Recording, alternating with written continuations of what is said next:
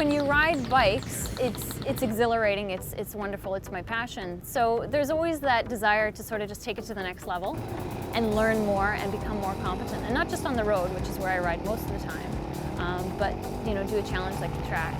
I'm a little competitive, so it works well. From the age of 3 years old, I was always interested in motors and mechanical things.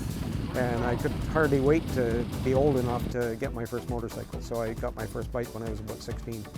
And I bought my very first motorcycle ever from Holly's grandparents, and then bought several others from them as well as the years went by, back in the mid-1960s. I've known her family since 1964. Long before I came around. Yeah. Both her parents. I've known both her parents since the 1960s. For as long as I could ride a bicycle, or actually before probably, because I'd go in the back with my dad. Gary raced and we were there to see, you know, the community. And as soon as I could ride, we had our little bikes and off we went on the farmland. Come by it honestly. Last year at Mosport, Gary had 3 bikes there, and we were chatting away as he was wrenching on one of them that had broken, and I said, you know, Gary, you're getting on a little, no offense, and you know, this looks like a lot of work.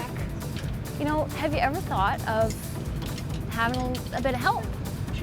And he said he, you know, hasn't found anybody that's really all that interested, and I said, well, I'll give you a hand. I just about fell over when she said she was interested. Yeah, your approach was, if you ever want somebody to ride your bikes, I know somebody. And I said, who? And you said, you. Oh, perfect timing, actually. Yeah, I think it was, actually. I think that was a bit of a tough weekend. I've been racing for 37 years now with the VRA, and I raced back in the 1960s before the VRA ever existed. And I'll still probably go on the track, but I'm just going to back off a little bit, and I'm really happy to support Holly because she's so enthusiastic and so mechanical. She's helped me a lot in the shop and right into it, yeah. The whole deal, not just the riding. She wants to do it all. The bike is a 1966 Ducati 250. I've had it since probably about 1980, and I used it to commute to work before it ever became what it is now. I'm really grateful that Gary is like willing just to let me get my hands dirty, you know. We get right in there. I can help a little bit with these, you know, a few things. So some of it's pretty tricky, and I can learn some because I figure if I'm riding something like this, I'd like to know how it works. You know, it's vintage racing. Things could go wrong just like they did today. I'd like to know a little bit about the mechanics so that I can troubleshoot, and so that someday when I'm racing on my own, maybe I can fix it myself. I love Ducatis, yeah.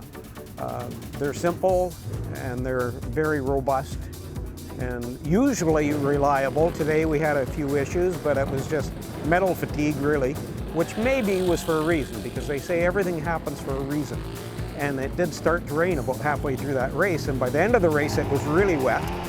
Holly is learning very quickly, I might mention, but on the wet track, who knows what might have happened. So they say everything's for a purpose. So we've got a positive outlook on it, and we're looking forward to the next event, and we're hoping that everything will go well. I think I was born 40, so I think Gary and I are probably pretty similar in age, you know, like mentally, yeah. So this is a crowd that I've grown up with. This is a crowd that I'm really comfortable with. I don't mind that I'm one of the younger riders here and one of very few females. I mean, it all feels right. There's so much encouragement. There's so many, you know, very experienced riders, Gary included, that are giving me pointers all the time and pats on the back, and that is, you can't get any better than that. So that's what I love about her. She's so enthusiastic.